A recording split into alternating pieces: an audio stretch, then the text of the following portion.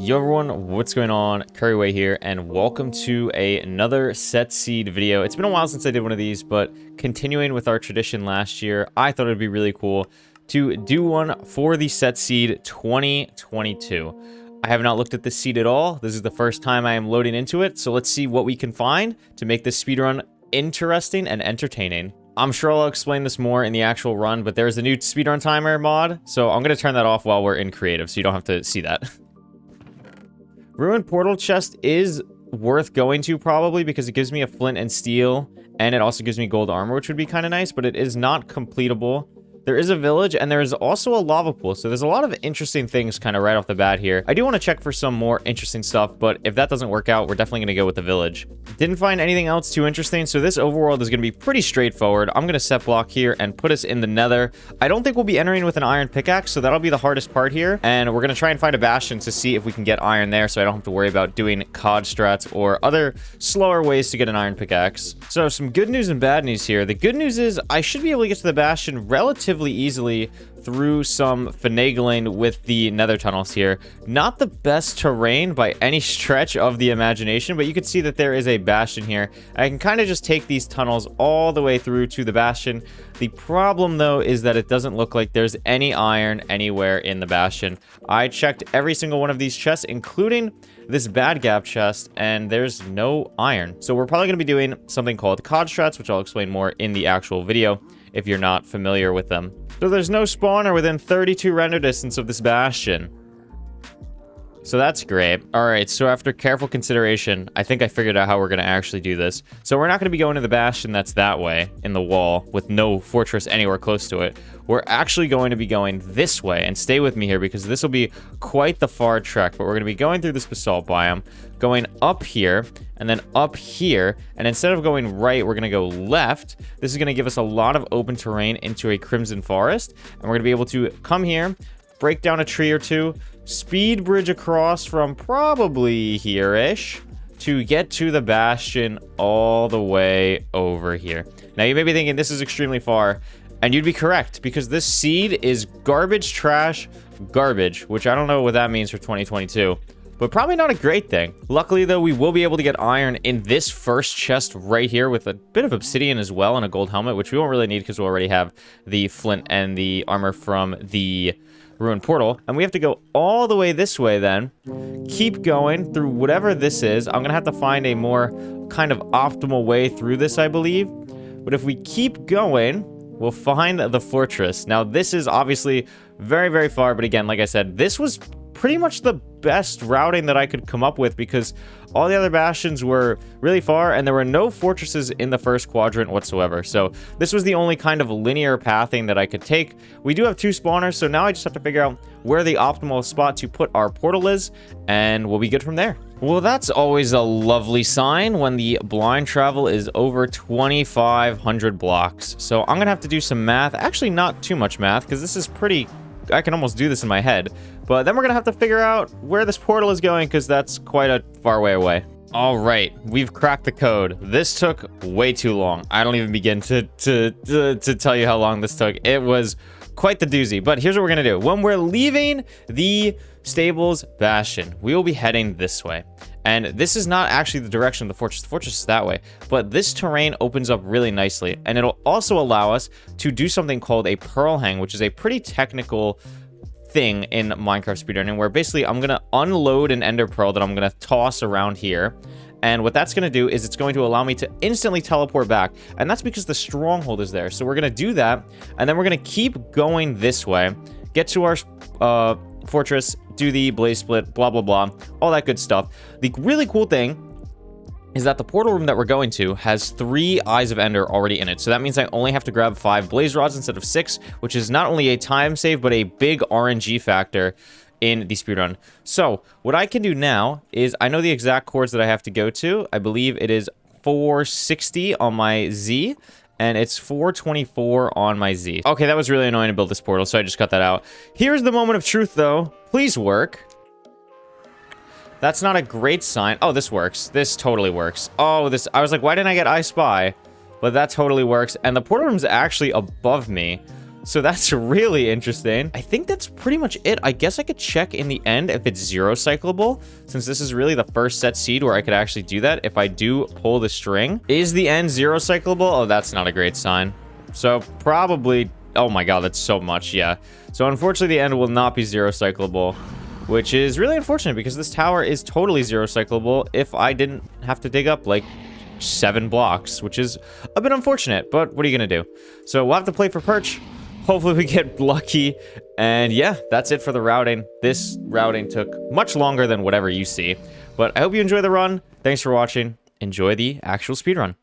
All right, so this is the completed speedrun of the seed 2022. Let's get into it here. This seed, as I had mentioned, I thought was going to be extremely challenging, and it did end up being so. But I am very happy with the final time that we got. I am very happy with the way that I played for the most part. I think I showed a lot of really honestly growth since the last couple set seeds that we've done. But as you can see here at the beginning, we're just running to the ruined portal. Gonna do some nice little movement to make sure I don't mess up any blocks. And then right after, we're gonna be heading to the village to take out the golem, get some wood. And yeah, so the first thing, like I said, we're gonna grab this chest. We have the chest plate, which we're gonna grab. We're not gonna grab the boots because the boots have Curse of Binding, which are not good. I do not want to have Curse of Binding boots. So I'm just going to grab the chest plate, and then I'm also going to be able to get a gold ingot, which is really nice. And what that's going to allow me to do is that if I run into any trouble in the Bastion getting my iron, or for some reason I aggravate a piglin, I will be able to just trade with the piglin that 1 gold ingot, which is actually kind of nice. But here I'm just going to craft up the ingots themselves. I mess up the gold, but that's okay. And then I throw in my flint and my iron to make my flint and steel, put on the chest plate, and now I'll just be mining cobblestone for only a stone axe and a stone shovel. I don't really need a stone pickaxe here because I'm just going to be making an iron one in the Bastion, so it just saves me 3 cobblestone. And I don't really need to make a stone hoe here because I'm not going to be needing that much food anyway, so a hoe is kind of a waste of time compared to just mining the hay bales with my fist. But like I mentioned in the beginning with the routing, you can see that I have a different timer in the top left, and that is because there is a new timer mod which is being used for verification purposes on the Minecraft Speedrunner leaderboard, and it's much more accurate along with it just being in the game. So I figured it would be good to start using it in actual videos, which I've actually started doing on my live streams as well using it. This is a different layout than the one that I have on my live streams because this is only real time instead of real time and in-game time. So the reason that I decided to do only real time for this was because I thought it would just be easier to follow. You don't have to worry about like pausing and stuff, and it's not really, you know, it's not a leaderboard run, it's a set seed, like it's not anything crazy. So I figured real time would just make the most sense. So whatever that time is actually how long it's taking me with an actual clock to beat the seed. But we're leaving the village now. I grabbed 1 bed and made my bucket. Very nice that we were able to get the iron ingot from the ruined portal chest because I don't have to worry about the golem dropping 3 iron, which is absolutely great. And I'm just remembering that this part of the run definitely exists and is in a video that I am publishing to a lot of people. So I'm just going to say that sometimes we have bad days, okay? Sometimes everyone does something like that. And it just happened to be my turn when I was building the portal, okay? It's been a long day. I had speedrun for most of the day already. Sometimes it just happens. So we're in the Nether, still sub 3, which was kind of my goal for this. Every time I was entering the Nether, I wanted to be sub 3. And then I totally forgot how directions work. And I honestly thought of resetting, but then I did this, which I thought looked really cool. So I wanted to continue the run and keep that in the video. So thankfully, that gas was pretty much the only reason that this run happened, because I thought that was cool. So now we're going to be heading on over to the direction that we need to go. I have my blocks ready to go. This is why we grabbed a bunch of wood in the village, because it's just going to allow me to place a lot of blocks and do a bunch of fancy stuff here that I don't really have to worry about. And it's just really nice to be able to go across the terrain, have a good time, practice my movement. I absolutely love doing this. I know there's a lot of people that ask me kind of all the time, like, how can you improve? How can you get better? Something that I did when I was getting better at speedruns and just kind of wanted to improve on my movement in general is literally go in creative mode or maybe survival mode. Honestly, maybe it's better. Grab like a bunch of blocks and teleport yourself to a basalt biome and just go crazy. Speed bridge, navigate the terrain, all that stuff. And I think it's really, really helpful to get better at the game. I was really happy with how my movement had been up until that point, but it's going to get a little bit more sloppy as we get into the Crimson Forest here. But we are getting closer to the Bastion. I decide to not grab any more wood yet because I'm going to wait to grab very specific trees with the routing that I was doing. This was actually clean here. I think my movement gets weird when we start building up more. I have some issues, which you'll see, but that's okay. You know, everyone makes mistakes, like I said. The important thing is that we were able to push through it and actually get a good run in the end. So these are the 2 trees that I'll be grabbing. And this is mainly because these 2 trees are kind of away from piglins. I don't really have to worry about hoglins spawning up here because it's very narrow terrain. It's a lot less likely that they're going to spawn up here. And it's right before I actually need the blocks, so it seemed like a good time to grab them. I'm also going to craft a boat here because I hadn't crafted a boat already, which is something that I wanted to do. So I just kind of did that. I thought I already did, but I actually didn't. And then I'm just going to be building up here. And this was just a little bit sloppy overall. I feel like my movement there could have been better, but we were able to get through it. I don't have that many more blocks left. I was actually kind of surprised with how many crimsons I used. I think that's why it felt sloppier than it probably really was, because it was just taking so many blocks to actually get there. And I was not being conservative with my block placements at all. I wanted to just use as many as I could because it would just help me move a lot better in the Nether. That was a really great movement spot for me. That's where one of those ones I'd like to have back, but that's okay. We're just going to eat some bread and keep going. I believe I see the Bastion here for the first time, so I was happy. And then there's a bunch of hoglins, so I have to kind of navigate myself here to not get hit off into the lava by the hoglins, because that would be bad. I wanted to go up where that hoglin is, but unfortunately he was directly in the way, so I could not do that. So I'm going to grab some more wood while the hoglins are chasing me, because I need a little bit more explosive wise to craft beds. And you might be wondering, you know, why didn't you grab beds in the village? And basically it's kind of a time loss to grab beds in the village when I'm going to a bastion. I know that I'm going to probably get string and glowstone for respawn anchors anyway, and this was a great use of the gold ingot that I was talking about. And I was kind of confused because I knew someone was mad at me, but I couldn't figure out from where. Then I see who it was, this piglin chasing me, and I don't have any blocks in my inventory because I didn't craft the planks or the logs into planks, but I'm going to be doing that now as I craft my iron pickaxe, which works great. Craft that down. I'm going to break this block, allow this piglin to come through that's aggro, which probably I shouldn't have done, but it's whatever. I wanted to break that gold gilded blackstone block, but I wasn't able to because the piglin got in the way. So instead of breaking that to aggravate the piglins, I just hit the piglin itself, and that worked the exact same way. So I got the same result. Worked out all dandy. Now I'm going to break that block and this piece of wood that I placed, and I'm going to allow all the piglins to flow into the bastion. Use some gold ingots, get them all happy. One dude shot the other piglin, which is pretty funny.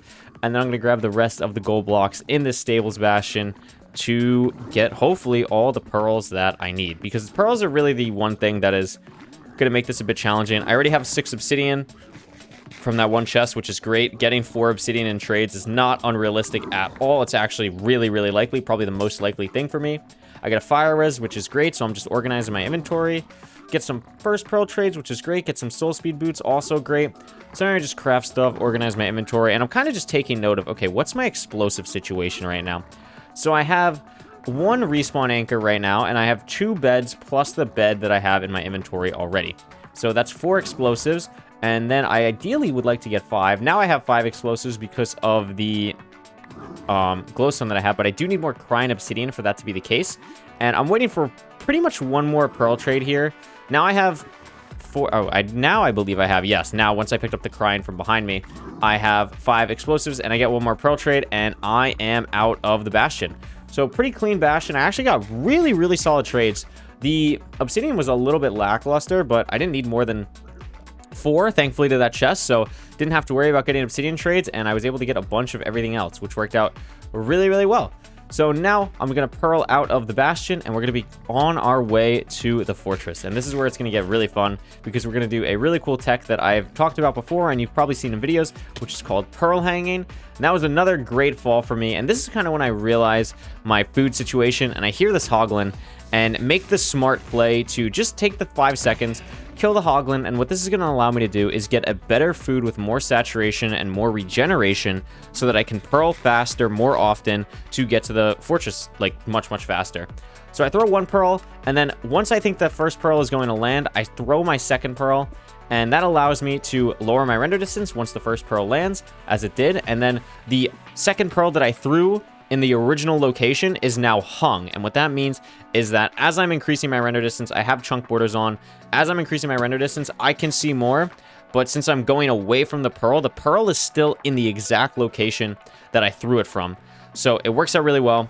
I'm able to get to where I know the fortress is, and at this point, I'm able to pretty much crank my render all the way back up to 16, which works out great. So this is my normal render. I have the pearl hung in the air, so when I turn up my render distance to 32, it will unhang, it will do its normal pearl stuff once the chunks load in, and I'll be pretty much right there at the blind coordinates that I need to be at for the portal room. I play this extremely sloppy here because I was trying to just play it very fast and not have the wither skeleton hit me, but that did not end up working out how I wanted to. And then I have probably the biggest brain fart moment of my life. So, as you know, I had done 1,000 seeds in a row. So I've literally done this probably 1,000 times. But I had the biggest brain fart of my life, and I just forgot how to blaze bed. I, like, had no idea what was going on. You could see, I'm like, wait, this doesn't look right. So I'm not creating any space for the blazes to spawn, but that's okay. I hear one spawn behind me, and I'm like, okay, what am I doing? Why is this not correct?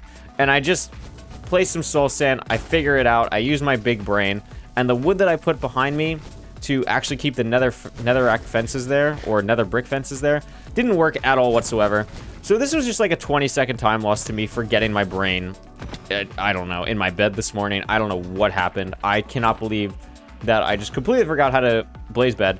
But as you might have noticed, that was my first blaze rod after I killed like 4 blazes. So I honestly thought that I was probably going to reset this. I'm like, dang, you know, didn't get any blaze rods, didn't work out well. Unlucky, you know, go next. And then I get a second. I'm like, okay. And then I kill this guy. And he almost knocks me off the edge, but thankfully he doesn't. And I get a third, and I'm like, okay. I thought I saw a stray blaze, and I did. And I know that there's another spawner this way.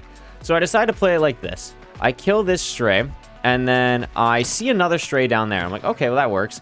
But this one didn't drop. If that one had dropped and I had 4 rods, I would have just pearled to the stray. But I didn't get the 4th rod, so I waited. I sit here for a spawn cycle, not even really sitting. Kill this blaze, get it. So I throw this really nice pearl to get to this blaze.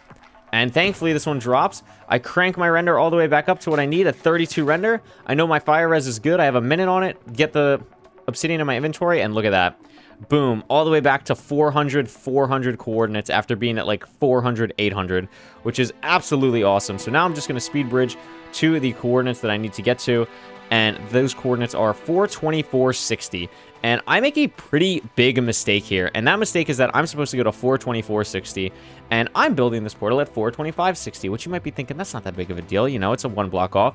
But when you're blinded into a stronghold, it has big consequences. So I'm pretty much praying that this puts me in the right spot, and it does, thankfully. I know where I have to dig up. I'm digging up, place my blocks. I'm directly in the portal room. 3-eye, craft my blaze rods into powder, put the Eyes of Ender in the portal frame, and I'm in the end at the 12-minute mark. Really happy with how this ended up going. Like I said, this seed is incredibly challenging terrain-wise, movement-wise. Really wanted to just play it safe, and very happy, again, with how I played this. I feel like I played it pretty fast, never felt slow at any point, and just felt good, honestly. Just felt like a good, solid, clean run. And I look at an Enderman, speaking about good, solid, clean run, and I also do something really dumb here. I build up with the Crying Obsidian, because I wasn't thinking that I wouldn't have a like normal piece of obsidian to use. So I don't know what my explosive situation is. Thankfully, I'm able to craft 3 beds and 1 respawn anchor. So that is still 4 explosives, which I feel comfortable with, which is pretty much the least that you can do consistently on the dragon. So I have my 3-bed 1 anchor. I'm excited, ready to go, throw out all the stuff that I don't need. And all I got to do now is wait for the perch. So with that being said, I want to thank you so much for watching. If you enjoyed this and want to see more videos like this, remember to subscribe. Let me know what you thought of this. I had done this before last year for 2021, and I wanted to try it again for 2022. So I thought this worked out really, really well. I heard that Enderman teleport. I thought it was mad at me, but it wasn't. And yeah, if you want to see me go for world record attempts, follow me on Twitch. I've been live streaming world record attempts now that I finished 1,000 seeds. But thank you so much for watching.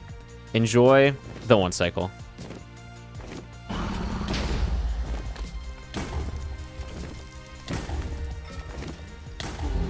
Let's go. That actually was not as bad as I thought it was gonna be. We rolled some pearls, we rolled some strays, and we beat it in under 14 minutes real time. My goal was under 15 because the terrain was awful, but that was some sick tech. The pearl hang worked really well. The Bastion went great. My movement was pretty solid throughout. I had a couple mess ups, but that was bound to happen. I was pretty happy with it throughout. And we did this on the Seed 2022.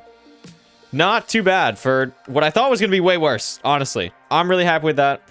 I hope you enjoyed the speedrun. And yeah, thanks so much for watching. Subscribe if you aren't already, leave a like, and I will see you next time. Peace out, everyone.